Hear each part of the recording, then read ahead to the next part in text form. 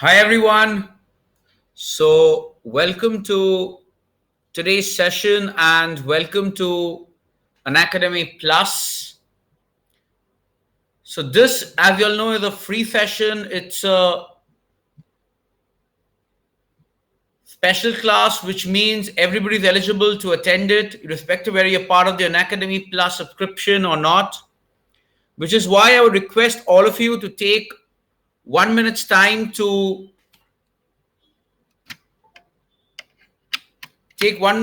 share the session link with all your friends and fellow CAT aspirants in various CAT preparation groups and forums. So kindly take out a minute or so to share the session link with all your friends so that they too can be part of this free live session where we are looking at the tricks on how you can increase your quant scores by 20-25 marks. This session is brought to you by me, Nilanjan Dutta, a CAT-100 percentiler. This is a bit about myself. And at the onset itself, I wanted to inform all of you about the Quants Score Booster Workshop for 2019, which are happening in parallel. So what we are doing is to make sure that all of you are getting the perfect boost in your scores. We are conducting Score Booster workshops where we are indulging in a variety of tips and trips that we are talking about in today's session. So in today's session, you'll be getting a glimpse of the various tips and tricks in which you can score really high in quants.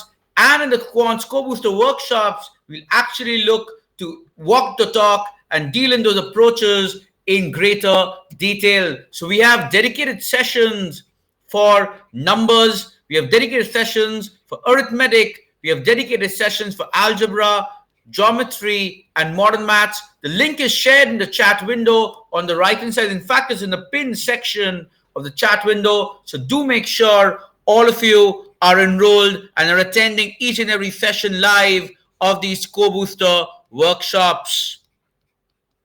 The next session is on 17th, that is Thursday at 10 p.m. So do make sure all of you are attending the next workshop, which is on the arithmetic module. To be a part of these workshops, you can use the discount code Nilanjan Dutta while subscribing to an Academy Plus, where you get unlimited access to not just the Quant Score Booster workshops, but also the DILR live classes. This is the reason why these workshops are so much hyped.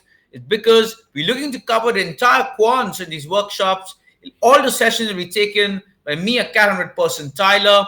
And most importantly, we're looking to solve more questions in less time. Option-based solving, smart guessing, and the variety of value substitution and factors-based approaches will be hyped upon a lot in these Score Booster workshops. So do make sure all of you attending the sessions as part of these practice workshops, including the doubt clearing facility that is to offer. To be a part of these workshops, you need to be subscribed to an Academy Plus. Use the code Nilanjan Dutta while subscribing to give yourself some additional discounts on the Academy Plus CAT subscription. So these are your options. You have the 1 month, 3 month, 12 month, and 6 month. If you're a CAT 19 aspirant, you can go for either the 3 month or the 6 month subscription. The 6 month will cover you till GDPI as well. The 3 month will cover you for CAT as well as XAT decision making, which will again be conducted by me. In case you're a CAT 20 aspirant, you can go for a 12 month or the 24 month subscription. As you can see, the per month cost reduces as you go for a higher subscription. So the one go itself, go for a higher subscription, and do not forget to use the discount code Nilanjan Dutta while subscribing to give yourself some additional discounts on top of these prices that are mentioned, which is the best possible discount you can get at present. Do not forget the discount code Nilanjan Dutta while subscribing, and inform all your friends about the same. Along with quants, we are also dealing in the DILR live classes as well. So that is part of the ultimate practice course for CAT 2019, whose link is also being shared in the chat window. So do make sure you're attending both these courses live. the Quants Score Booster workshops, as well as these, to give yourself the plus 15, 20 mark boost at least to your scores in each section.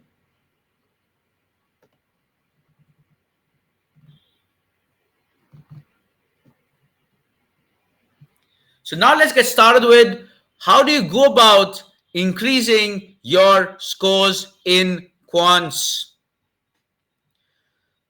So the first rule that I've talked about always, and I'll say it again, attempt at least 30 questions. Now, a lot of you will say last year, CAT-18, it was conducted by IMC and the paper was difficult in quants. In fact, if you look back at the last time IIM Kozhikode organized it, which was in CAT-13, it was again a situation where quants was difficult. Now, what do we mean by when we say difficult? So if we look at what it was when we said difficult in both these years, the situation was like this. Most of the questions involved, so some of the questions involved 2-3 minutes approaches, whereas a lot of the questions involved 4-5 minute approaches. And some questions were even more, not just lengthy, but difficult as well. So what an average aspirant was doing was he was attempting a few of these, he was getting stuck somewhere, and maybe at the end of the 30-minute mark, he was finding that he'd been able to solve only, let's say, 6-7 questions. I'm talking about good students. The reason is a lot of time got wasted in these 4-5 minute questions where he was not able to crack the approach, or even if he was able to crack the approach, 4-5 minutes is a lot of time for a single question. And the moment you are at 6-7 attempts only at the end of 30-minute mark, you'll automatically panic all the more, and in the next 30 minutes, you'll put yourself further into trouble because you now know that you've not under attempted in the first 30 minutes. So what should instead be the solution? If you look closely at the paper, you might have seen, and we've discussed a lot of these questions as well, and you might have seen that while a lot of questions involved 4-5 minute conventional approaches, yes, the conventional approach involved a 4-5 minute thing, each of the questions that are coming in CAT is a strict instruction that they should be able to be solved using a less than equal to 2-minute approach. Now, then why are people taking 4-5 minutes? It might be that people are going for a conventional approach, whereas there was a shortcut approach, which is not the best way to solve the question, but will give you the answer. So a lot of the questions that came in, if you look at CAT 2018 or if you look at CAT 2013 when IIM Kozhikode organized, the thing was pretty similar. A lot of the questions involved 4-5 minute conventional approach could be solved in 30 seconds or less using option-based technique, using value substitution-based technique, using factors-based approaches, and so on. Don't worry, I'll be going into details of each of these approaches in this session. In a little while's time, I'll go into deep dive into each of these approaches. But the broad idea was suddenly what seems like a 4-5 minute approach to the question gets narrowed down to a 30-second approach. So what happens in turn? The next question you will ask is, can I solve every question in less than 30 seconds? The answer is no. So if we look at, you have 34 questions in CAT. Approximately how many questions can be solved in quick time? The answer would be around 15 to 18. However, for all practical purposes, the shortcuts will not click to you in all 15 to 18 cases. It might click to you in around only 1/3 of the section, that is 12 questions. 12 questions being attempted in the 30-second approaches is pretty much doable. What this more importantly does is suddenly in 6-7 minutes, you would have attempted 12 questions.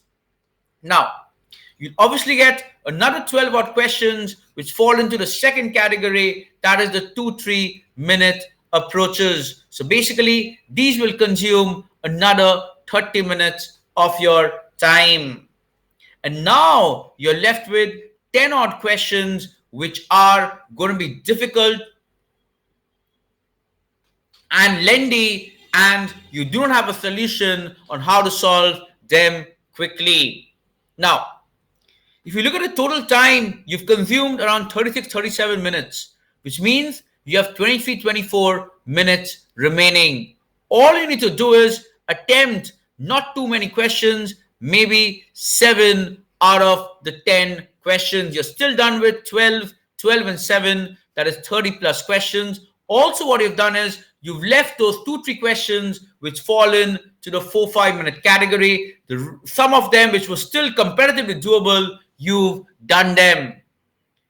And the entire sense of this is these 12 questions. The entire difference is these 12 questions between you and the other aspirants. The other aspirant, what they'll do is, given 6-7 minutes, they'll only maybe get 2 questions attempted, whereas you're getting 12 attempted in those 6-7 minutes. And that is where these 30-second approaches become so much handy. Suddenly, 12 questions can be solved in the 30-second approaches, whereas 6-7 minutes would have normally taken 2 questions, you've attempted 10 questions extra. Now, the question is, will we get all 10 right? Well, these approaches are logical. You should be getting ideally, but for all practical purpose, you won't be getting all right. You'll be getting 8 correct, 2 wrong. And the reason is because you're not solving the question. Chankrit, what we are talking about is questions which you do not need to solve. The questions which are 30-second approaches are questions which you do not need to solve. If you had solved them, you could have never got the answer in 30 seconds. These are things which you aren't solving by the conventional approach, but are still marking the right answers.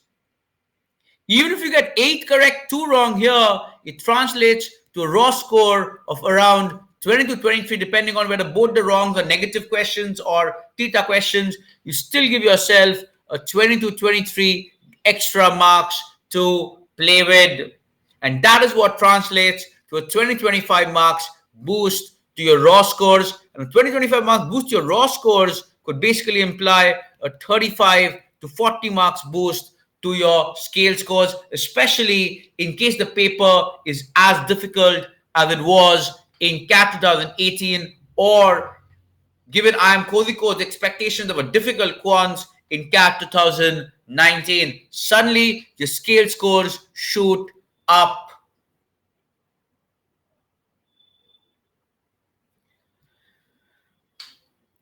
Now, some of you will say, what about the time spent in choosing questions? Tell me something. For somebody who's attempting 30 plus questions, does he need to bother or waste time in choosing questions? Does he or does he not? For somebody who's anyways attempting 30 plus questions, he doesn't even need to waste time in choosing questions because he's almost attempting every question. So basically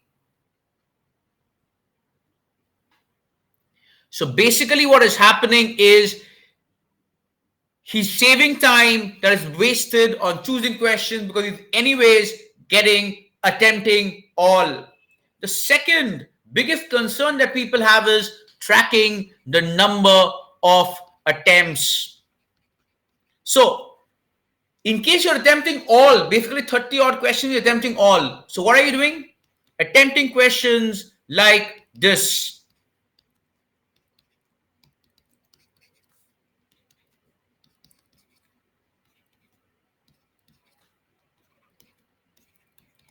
Now, so he's basically attempting in clear sequence. 1, then 2, then 3, then 4, then 5, and so on.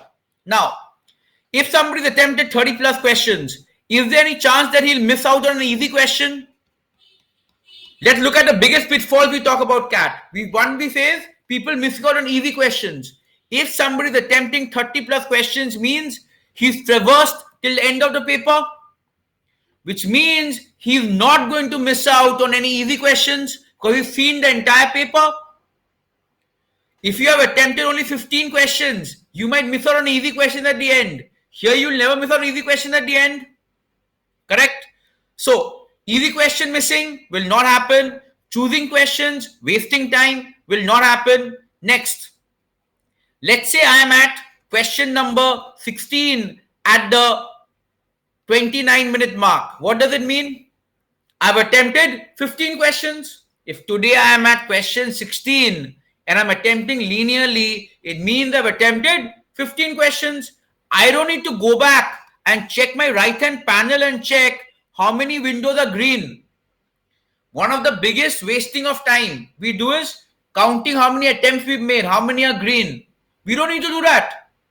Because the moment you're at question 16, you know that you've attempted 15 questions. Also, the minute mark is 29, which means the total time spent is 31. So automatically you are at the track as far as whether you're attempting in time or not. So the concept of making sure that you're not wasting too much of time attempting with the average. See, if you're attempting 30 questions in 1 hour, it means one question per question, 2 minutes. So basically, you automatically know, okay, fine. I'm going on track with one question, 2 minutes, because 29 minutes are remaining, 31 minutes I've done, I've attended 15 questions. So all you need to do is check which question number you are in. You automatically know that's the number of questions I've attempted, which means I'm on track or not, you're automatically getting to know. So the entire concept of time management, attempt management, choosing questions, finding easy questions, everything gets taken care of by this approach. Does anybody have any questions regarding this?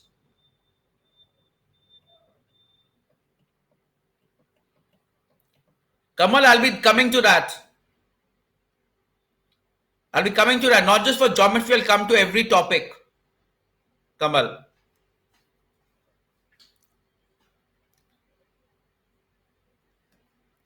Is this clear? You don't even need to keep a track of the time. Whatever question number you are in, you automatically know that whether you're on time or not.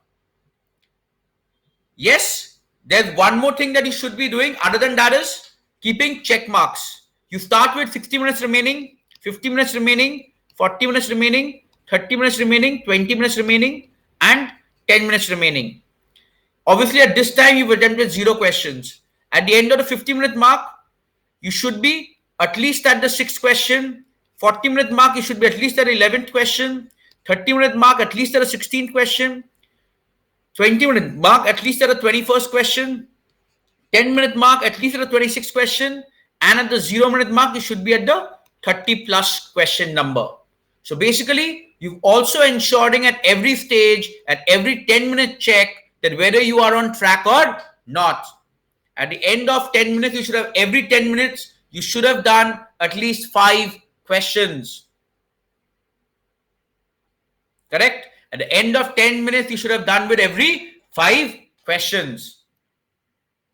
So basically, you're keeping a track of the time as well. And since your question number itself is denoting your time, so you don't need to go and count every time how many are green and all. No, just keep attempting questions in linear sequence. As I said, 1, 2, 3, 4 up to 34. Just keep it in linear sequence. Clear? So don't try to look at which question can be easy, moderate. No, nothing. So the next question is, how much time do I give per question? So let's say you come across a question. Okay. So first 1 minute. First 1 minute, you've got to look at, is there any shortcut you can use? First 30 seconds, in fact, 30 seconds may, you need to identify if there is any shortcut that you can use. If there is, apply that, mark the answer in 30 seconds, leave. Next.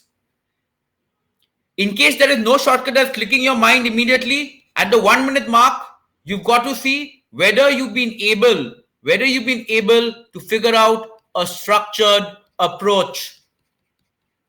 Have you been able to figure out a structured approach at the end of the 1 minute mark? There are 2 possibilities. One is yes. Now within yes, there are 2 possibilities. One is the structured approach will take a total of 4-5 minutes. Then what do? Abandon this conventional approach with 4-5 minutes is not worth going for a structured approach. So in that case, you go into the option-based way of solving. Next, in case it is a yes, structured approach is there, you know about it, but it will take 2-3 minutes. In that case, solve it. Because in 2-3 minutes, at the end of 2-3 minutes, if you're getting yourself a +3, that is a good return on time. Remember, as an Unacademy Plus student, your target score is 60 plus raw score in 60 minutes in a difficult paper, which means 1 mark per minute. So you are getting a +3 at the end of 2-3 minutes of effort. It's a job well done. The next possibility is at the end of 1 minute, you realize that you don't know any structured approach. So what do? Option-based approach, mark and leave. Mark and leave immediately. Remember, you have an average of 2 minutes per question. So every minute you're saving here at the end of 1 minute, if you're leaving, after marking an answer, it will help you marking some other question. Clear? So make sure that whatever happens, you're never getting stuck in a question. Now, somebody is asking me a question on getting stuck. Can you please explain to me, in this approach, how can you ever get stuck in a question? How can you ever get stuck in a question? Yes, it's possible. For 1 minute, you wasted. It's possible you wasted 1 minute. But 1 minute wasting will never impact your score that much. So whatever happens, at the end of the 3-minute mark, you have definitely moved to the question.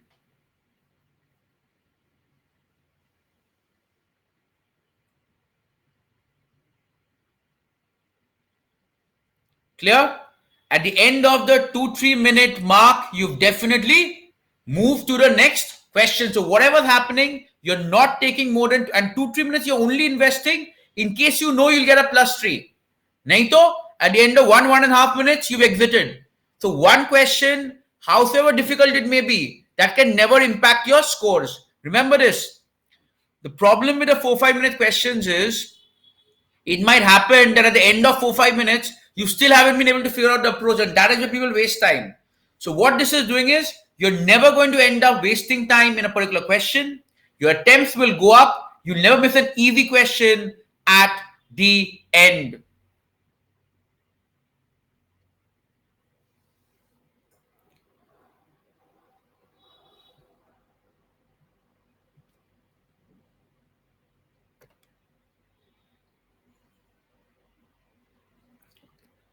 So, couple of you asking questions on Tita. Okay. So, I'll answer Amrita's question first. Tita question does not affect your percentile. Whether you get your answer right or wrong, it doesn't affect. All that matters for your percentile is your raw score. Your raw score and others' raw score. Your raw score and others' raw score in your section, in your slot. So basically for you, what is in your hands is your raw score. And remember this, if you're marking a question, marking an answer, your raw score will always increase.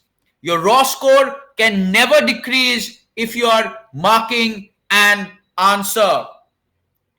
And this is something which has been proven across the ages. Your raw score can only increase if you mark an answer. It can never decrease.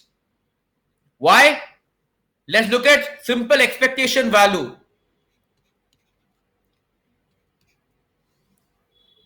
Let's say, what are the plus you get for a positive answer? +3. For a negative answer, -1. Right? Yes or no? +3 -1. How many options are there?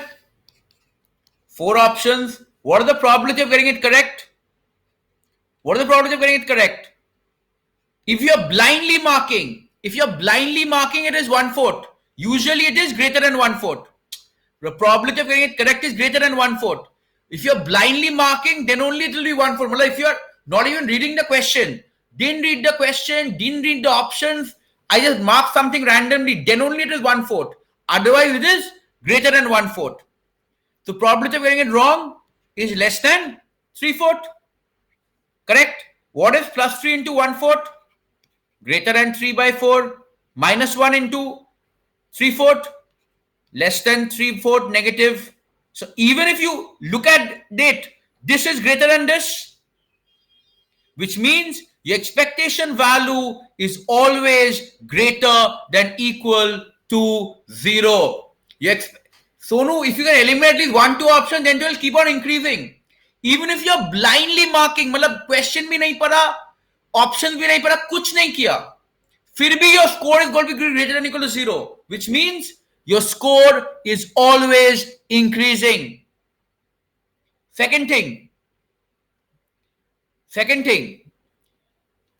is the weightage plus 3 minus 1? Is the weightage plus 3 minus 1 for getting it right? Is it? It is not. Only in raw score, the effect is plus 3 minus 1. In scaled score, in the higher range, remember this, if the paper is difficult and the highest is, let's say, 80, whoever gets 80, his score will be scaled up to 102. Whoever gets 80 in raw score, his score will be scaled up to 102, which is the maximum marks. And that's going to hold in every section, right? Which means, whereas somebody who gets 60, his score will maybe be scaled up to, let's say, 70. 60 will be scaled up to 70, or the 80 gets scaled up to 102. Look at this. It seems only a plus 20 difference in raw score, but in scale score, it will contribute to a plus 32 card difference, which means the effect of these plus 3s is equivalent to effect of a plus 5 on the higher end. So the more positive answers you're getting correct, it will drastically increase your scores. Remember, only if your scores increases will the effect of normalization go in your favor. So the more higher end you go to, your normalization effect will further benefit you. And that holds not just for quants, for every section.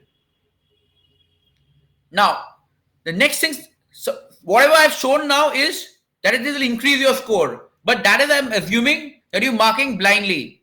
Having said that, the first rule that I say in quants, and this is something I follow in my quants workshops also that's going on currently. So I hope all of you have the link to the quants workshops, which have just started.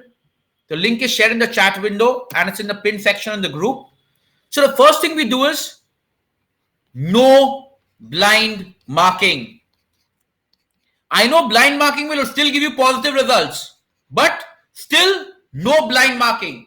Every answer should be marked with a very strong rationale. Maybe you're not able to solve it, but still a very strong rationale. So the question is, how do you mark answers with a very strong rationale? Let's start with arithmetic.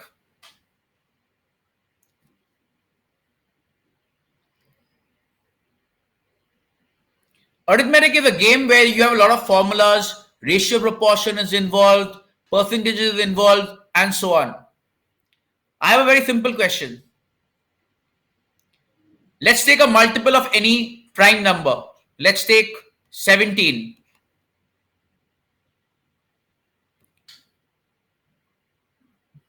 Kamal, these Quants Co-Booster workshops, they are not free. They are part of the Unacademy Plus subscription, but you can use the discount code Nilanjan Dutta while subscribing.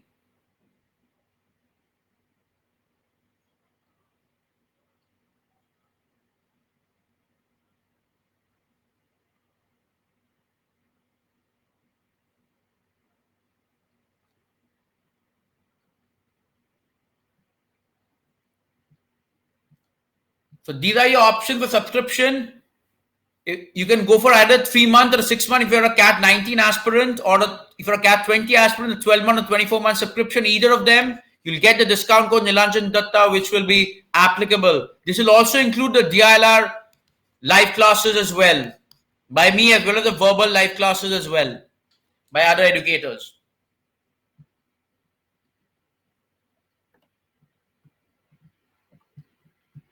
So let's take a multiple of 17. Okay. If I multiply it by some number n, will my answer be a multiple of 17? Yes or no? Will my answer be a multiple of 17? Okay. So that means if I take 17% of any number, it will be a multiple of 17. If I take 17 in by any proportions, it will still give me a multiple of 17. Why? Because 17 is a prime factor. 17 is a prime factor. The same thing will hold when it's a multiple of 3, 5, 11, 13, 17 and कोई भी prime factor हो. Prime factors that are there in the question will reflect in the answer. Yes or no? A prime factor that exists in the question. Even if I divide, what if I divide m17 by n? Still it will be a multiple of 17. Even if I keep adding multiples of 17, multiple of 17 plus multiple of 17, I keep adding. Multiple cases are there. Some cases I do into 3, some cases I do 2 times. It will still give me a multiple of 17. So whatever I do, my prime factor logic will always hold. Correct? Now, let's say there's a question which involves one of the values which is a, let's say, a multiple of 11. Okay? Now, you've been given close options. Now, some people will say, what if the options are close? So let's say the options are like 21, 22, 23, 24. Now, tell me, what will be the right answer? What will be the right answer? The options are closed.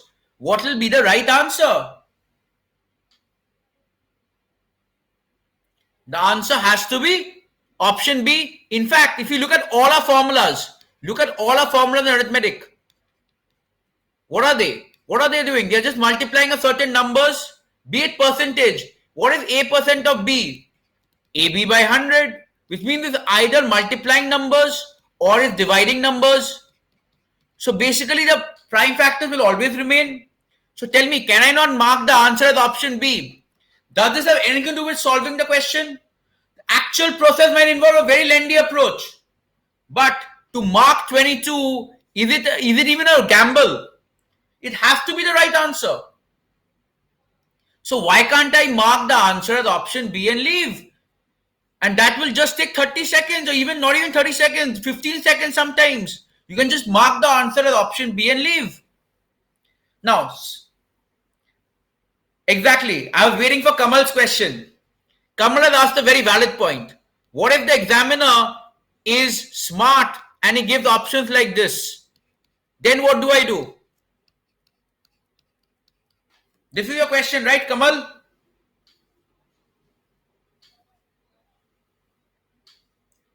Okay. Let's look at any question. Time, speed, distance, time and work. Okay. Can we not approximate the answers? For example, if the answer is 22 hours, it will be required to do a work.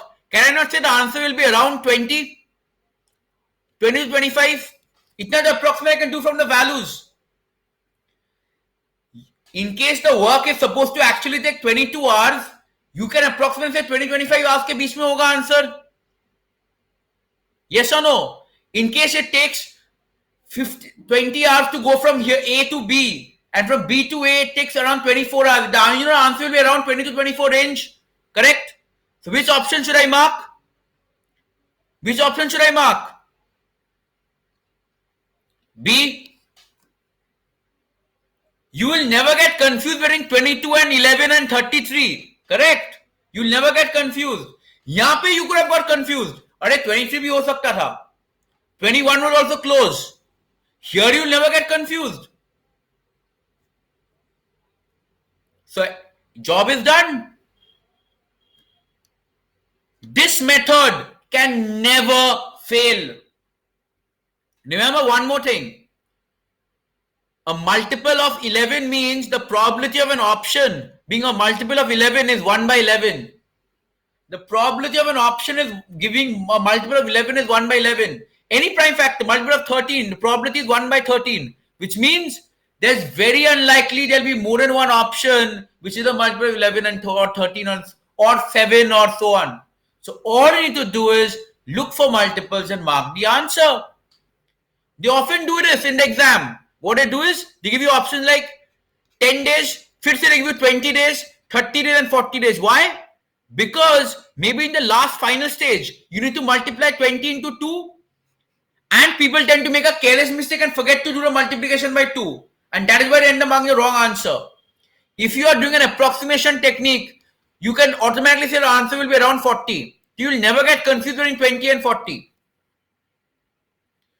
I'm not disagreeing that this is not the best way to solve the question. But for those questions which are involving conventional approaches of 4-5 minutes, why can't you do this?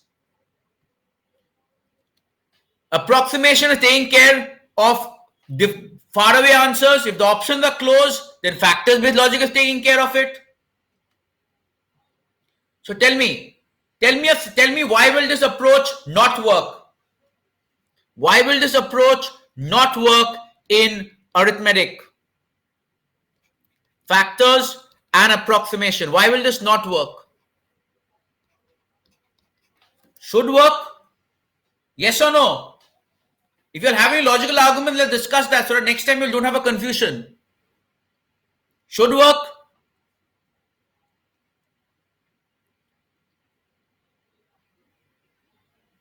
Okay. Let's look at geometry.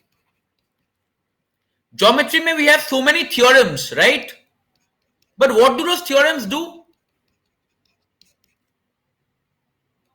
Ratio of sides like this, AC by AB is equal to BC by BD and so on. Or they'll give you things like AC into BC is equal to AB into whatever BC and so on. All the theorems are like these forms, which again means factors-based logic will hold. Yes or no? Now, let's look at questions in geometry. What are they asking you? Length of a side, area, length of a side, area, then things like ratio of length or ratio of area and angle. These are the broad questions you have in geometry. They're asking you to do. Correct? Now, usually what they do is, in geometry, what they'll do is, if the answer is 5 centimeter, they'll purposely give an option of 10 centimeter. Why? Because they know that somebody will calculate radius as 5 centimeter and mark the answer as 5 centimeter, whereas the question is asking for diameter. But tell me something. If you go by approximation technique, will you ever get confused between 5 and 10? Will you ever get confused between 5 and 10? You will not, right? So automatically your job gets done.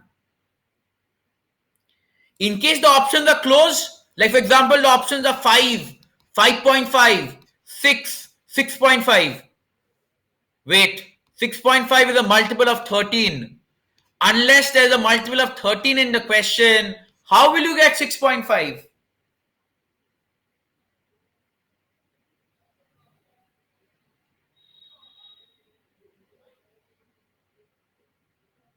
You'll not get 6.5. 5.5 is a multiple of 11. So again, they cannot be. Just putting in random close options, you might think it doesn't matter, but actually it's giving you a hint that will not be the right answer, because you need multiples like these, which will not easily to occur. Whereas 6 and all is possible, because multiples of 2 and 3 are very easy to get. 5 is possible. Anything by 10 divided by 2 or something can give you a 5. 5.5 and 6.5 require a hard multiple of 13 and 11. At least eliminate those. Kamal is asking a question. In case option is 22, 23, 33 and 11. Good enough? So tell me, Kamal, what are the two things that are identified in the question? 20 to 25 is the range, right? Next. And we knew there's a multiple of 11 in the question. And and there is a multiple of 11 in the question. So which option should I mark? You only tell me. You only tell me, Kamal. As per your options, 22, baat khatam.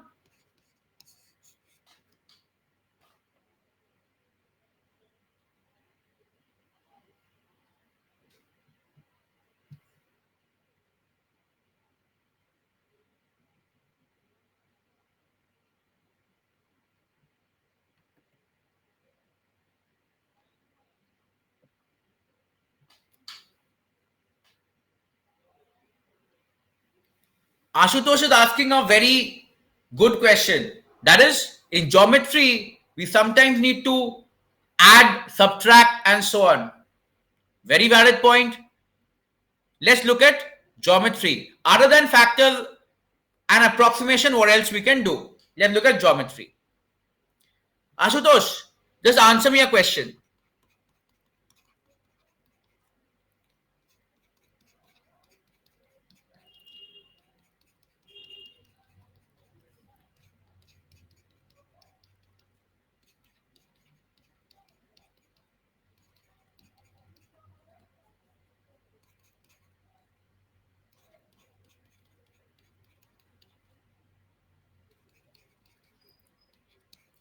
Let's say there's a geometry figure given to you. Kamal, if it's not a multiple of 11, the answer can never be 22. If it's not a multiple of 11, the answer can never be 22. Then there must be a multiple of 23 in the question. Then there must be a multiple of 23 in the question. 23 is again a prime factor.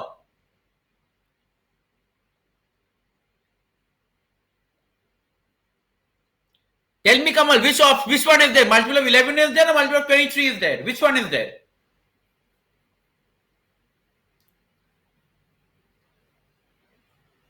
Which one is there?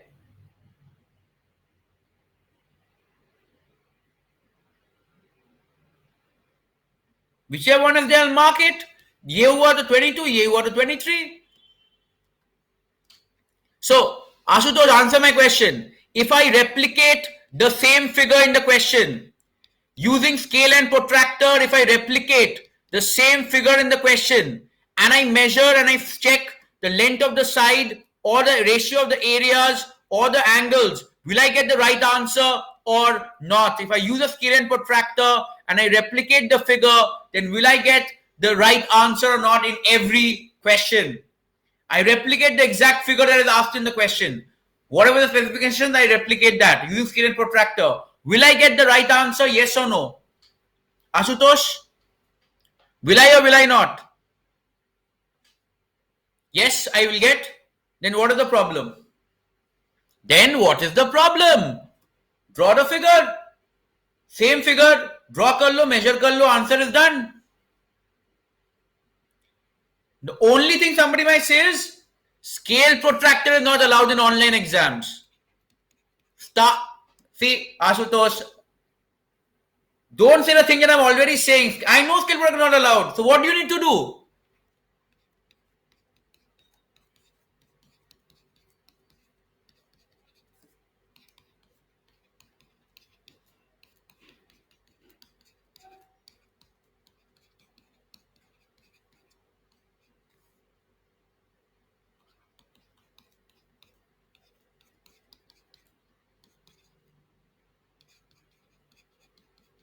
Bus. It hardly takes 1 week, 7 days. What do you need to do? Practice drawing freehand 0.5, 1, 1.5, 2, 2.5 and 3 centimeter lines. Get an approximate measurement of what is 0.5 centimeters, 1 centimeters, 1.5 centimeters, 2 centimeters, 2.5, 3 centimeters. How to draw 15, 30, 45, 60, 75 and 90 degree angles. And third one is a little difficult, but if you can do it, it'll be good. Know how to draw 0.5, 1, 2, 1.5, 2, 2.5 and 3 centimeter radius circles. If you practice in 1 week, you can do it. Correct? Yes or no? And somebody who knows how to draw 1.5 and 2 centimeters, he can approximately draw 1.8. Even if he draws 1.75 instead of 1.8, will that affect the answer much? Even if by mistake, instead of the question asks for a 1.8 centimeter line, I draw 1.75 centimeter line. Will that affect the answer much? No, it won't. It won't. Correct? So you still get the right answer. Plus, you have the factors based logic also. You anyways have the factors based logic to give you the approximate answer. That's there. Along with that, can you ever go wrong? The question might ask 14 centimeter line. You don't need to draw 14 centimeter. You just need to use a scaling factor of 1:5. You draw a 2.8 centimeter line. And then all the other measurements draw in a scaling ratio 1:5. So basically, if you can draw 2.5 and 3 centimeter lines, you can easily draw 2.8 centimeters approximately. I agree it can become 2.78 instead of 2.8. That will not impact your answer. Now tell me,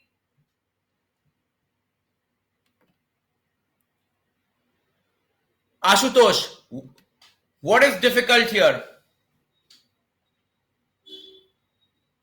Note your factor-based approach is still there. Your approximation approaches are still there. वो सब already है. Those are there. Those are also going to pitch in along with this. And now you're doing this. Tell me. These angles aren't very difficult.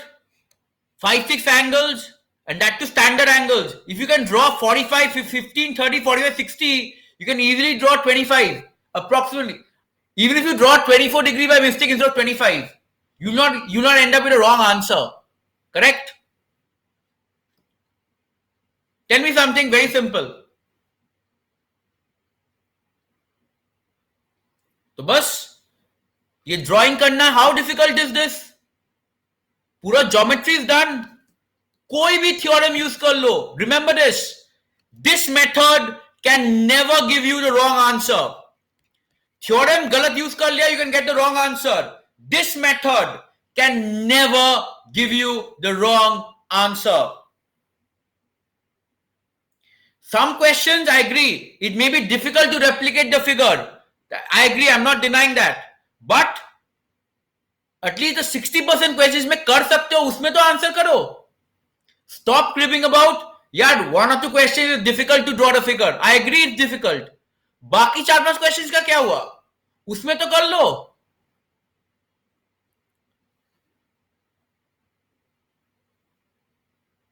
Remember this.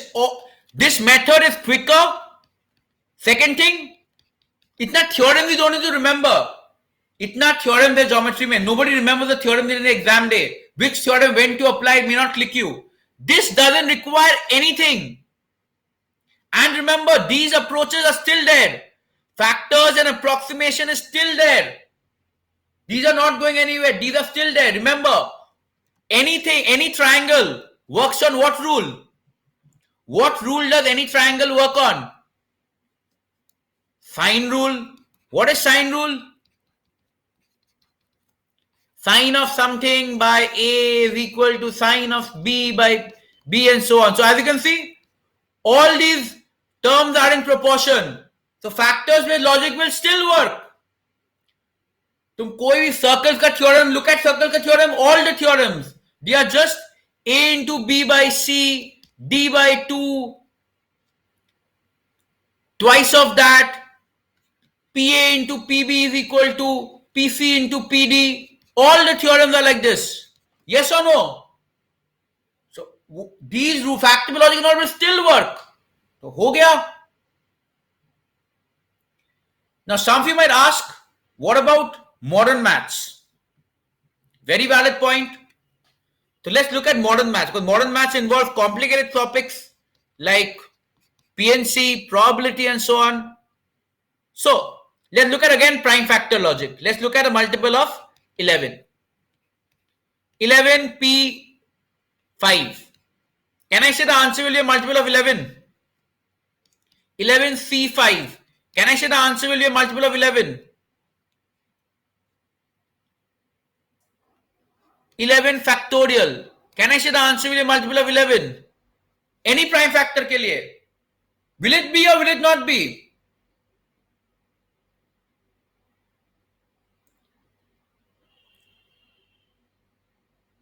It will be. Now some of you will say, Arey, what if it is not a prime factor? Chalo, it has become 15. Ab what do you do? Ab will the prime factor logic work? Now will the prime factor logic work?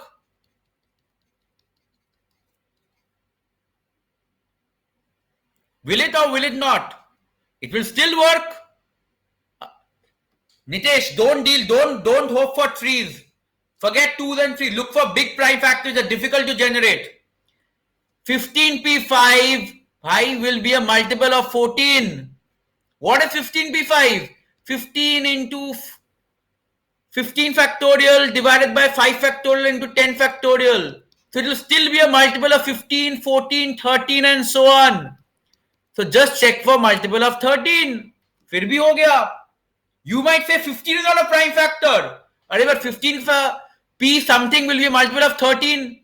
At least it will be a multiple of 7. Because 14 is there, it will be a multiple of 7. उतना तो होगा ही. तो modern maths भी हो गया. What else is there in modern maths? हो गया. Next, some of you will say probability is very difficult. Yes, probability is difficult. It is confusing. And they'll give you even tricky options. I think we'll complain about probability giving you very confusing options. Why? We often calculate the answer as 4 by 15, but the final step involves 1 minus 4 by 15, which is 11 by 15, and that is when people get confused. But tell me, if somebody goes by approximation approach, will anybody ever get confused between 4 by 15 and 11 by 15 probability? What does this mean? Low chance. What does this mean? High chance. कोई भी question पढ़ के ये तो पता कर लो chances are high और लो. आधा ऑप्शंस तो उधर ही निकल गया. इतना तो you should be able to do. Look, it's very simple. If you don't do it, Unacademy Plus students who are part of these Quants Co-Booster workshops, which is link I've shared, वो लोग कर लेंगे ये. And I don't want to repeat of what happened CAT like 18 May. I don't want to repeat कि CAT के the day of CAT analysis, Rosika complaining that paper was difficult. I have given you all a chance. I know a lot of you have missed out on the complete course on quant. That is fine. At least yes, Quants Co-Booster course attend kar lo live. Make sure in the next 1-2 months, October, November में, you are mastering these approaches. Solve नहीं भी कर पाया, it's fine. At least right answer to mark करके जाओ. उतना कर लो. And that is the entire reason why this Quants Co-Booster workshop is being done this year. So I don't want anybody to give excuses that you all missed out on these approaches.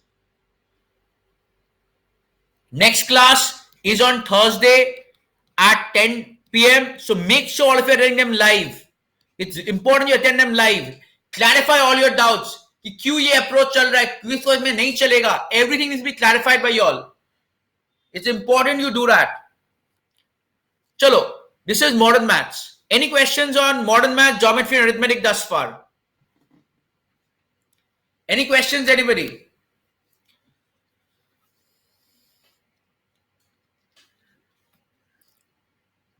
Perfect. Algebra. There's a difference between algebra and other topics. You know what is the difference between algebra and other topics? Arithmetic bolo, geometry bolo,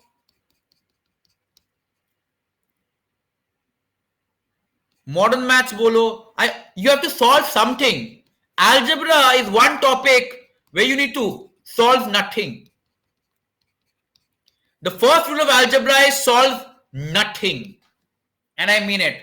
All you need to do in algebra is value substitution. What is value substitution? You'll get options in form of this to the power n plus 2n and so on. Just put values and check which one is satisfying. Put n equal to 1, put n equal to 2 and check small values and check which one is satisfying, which is not. Next, induction. What is induction? Instead of substituting the values, you just look at a pattern that has been happening across values. Because remember, algebra, the best thing about algebra is it follows a continuous pattern. And that is where it's easy to mark answers. Third thing,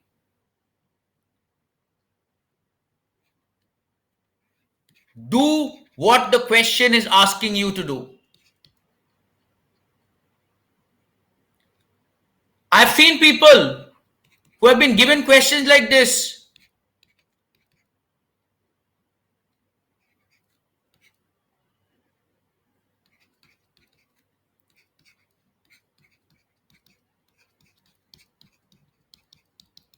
And then they say this question is difficult because the numerator has a common difference which is in AP, but the numerator is not in AP. The denominator is in GP, and you need to mix the concepts of AP and GP.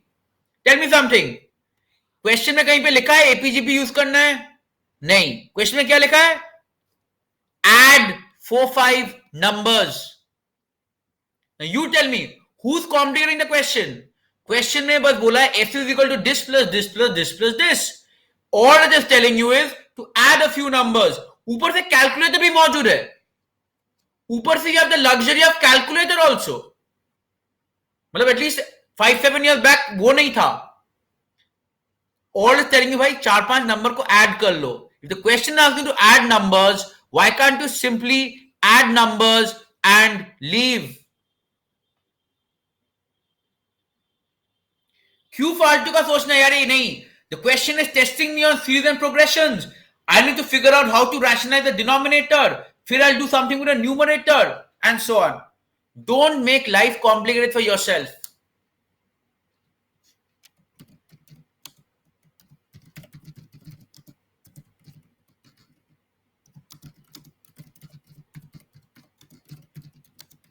Is it clear?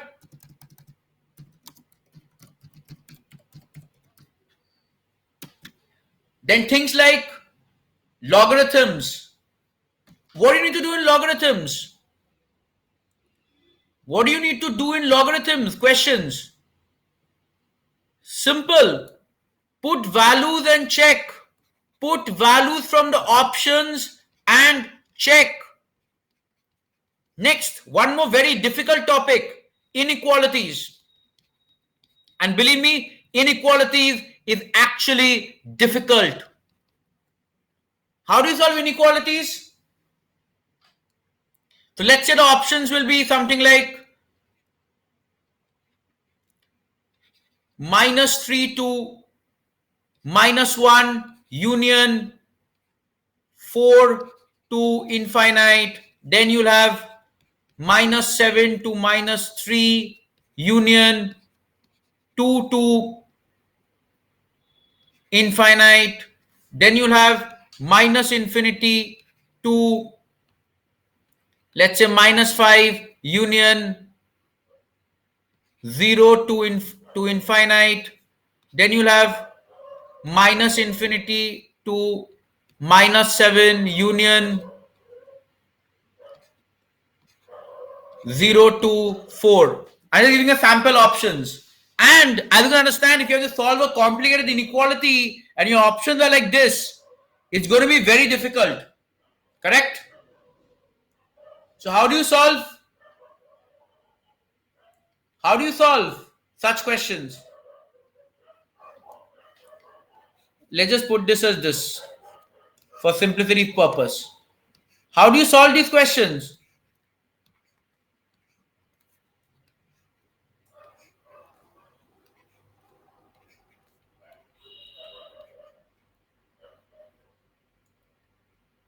Roshni, why put -1 and check? Why put -1 and check? Ashutosh, why put 0 and check?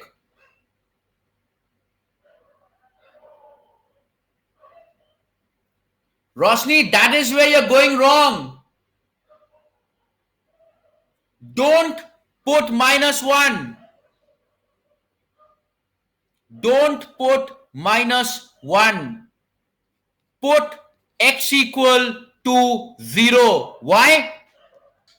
No, Mayank, that is again wrong. No, don't do that. Put x equal to 0. Why? There are two possibilities. Satisfies and does not satisfy. If it satisfies, I'm down to two options. If it doesn't satisfy also, I'm down to two options. So basically at one go, I'm eliminating two options. Whatever happens, satisfy kare, na kare, I am down to two options in one go. And putting x equal to 0 is also easy to check with. Always putting x equal to 0, x equal to 1 is easy to check with as a different story. But most importantly, I'm putting a value ताकि कुछ भी हो जाए मेरा दो option तो निकलेगा ही निकलेगा in one go. The idea is not that I'll try with all four options. No, I'll put ऐसा value कि whatever happens, it will go out. So now let's say it did not satisfy. Let's say it did not satisfy, which means these two options went out. Now I'm down to this. So now what do? Either 2 to infinity hai, either 4 to infinity hai. I'll put x equal to 3 and check. Two possibilities. Satisfies, does not satisfy. If it satisfies, the answer is option B, that is this one. If it doesn't satisfy, the answer is option A, that is this one. कोई भी question हो, in two checks, you're done.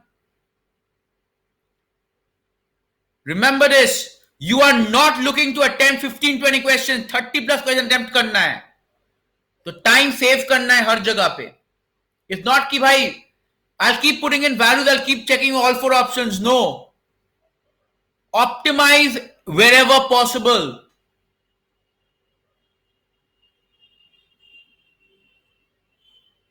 Her question हो जाएगा. People will say चारों option से check करना है तो will take time. दो वैल्यू से चेक करो हो जाएगा. हर क्वेश्चन will happen. ऐसे वैल्यूज लो जो हर बार is having your options. All I'm doing is the principle of binary search. At every stage I'm doing half. भाई आधा ऑप्शन को निकाल दो, आधा ऑप्शन को निकाल दो.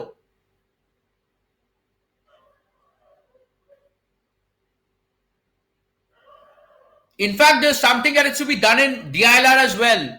Those of you who are part of the DILR practice course, the link who I've shared in the chat window, they are doing the same thing. Optimization with DI and so on. Simple, एक middle वाला value लो, दो options को हटाओ at one go. One go, two options out. Maxima, minima, same thing. दो options को हटाओ at one go. End of story.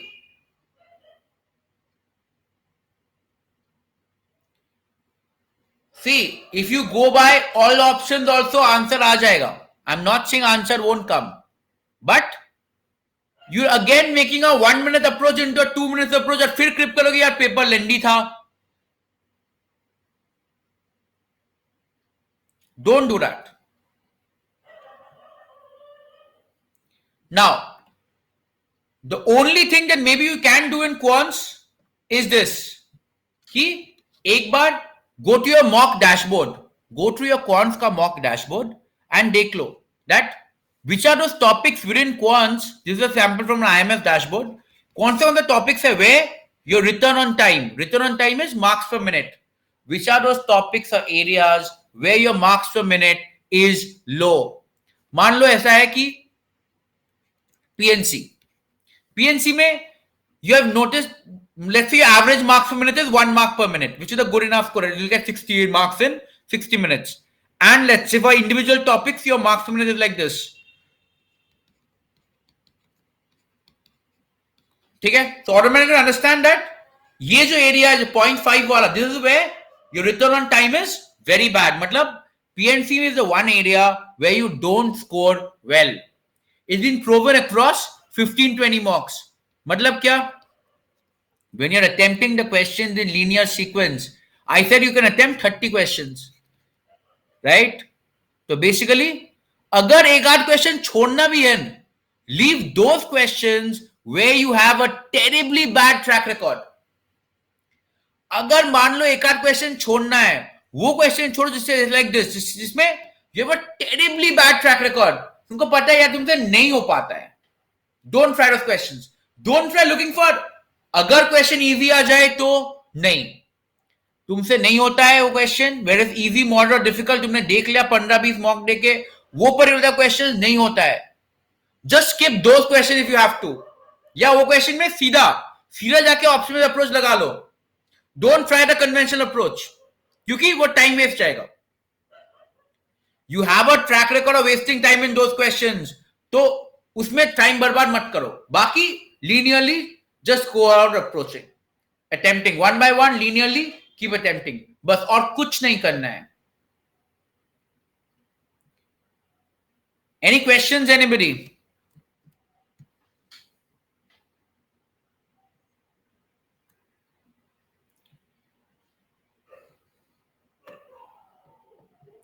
So then, hope to connect with all of you on Thursday at 10 p.m. We start with the next session of part of the Quants Duel workshop. You'll have the arithmetic workshops on Thursday at 10 p.m. So hope to see all of you attending the session live. Do make sure if you're attending it live, the link has been shared in the chat window and it's also in the pin section in the chat window. So do make sure you're attending it live. Don't leave topics in arithmetic, algebra and geometry. Modern math में छोड़ना है तो you can still afford to leave Kamal.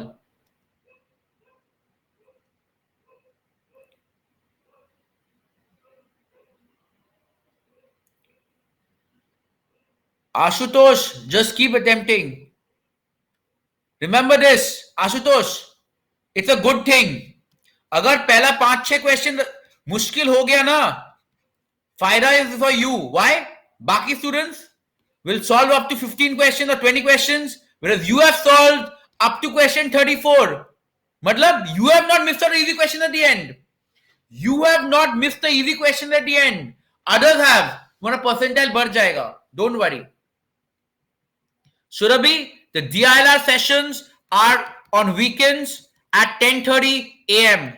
Saturday and Sunday at 10:30 a.m. Both of them are available as part of the same Unacademy Plus CAT subscription. So the DILR sessions are here, Surabhi.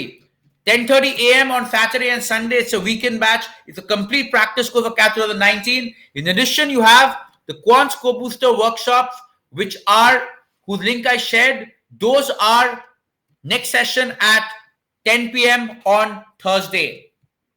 So all the sessions are kept at convenient time for the working people. You can use the discount code Nilanjan Dutta while subscribing to Unacademy Plus. So these are the options you have for Unacademy Plus. If you're a CAT 19 aspirant, go for the 3-month or the 6-month subscription. That'll cover you till GDPI, 6 months. If you're a CAT 20 aspirant, the 12-month, 24-month. But subscribe immediately. Don't miss any more classes. The next Quant Core Booster is the Arithmetic Booster Workshop, which is on Thursday at 10 p.m. So do not procrastinate any further. So hope to see all of you during the live classes. On that note, thank you everybody and happy learning.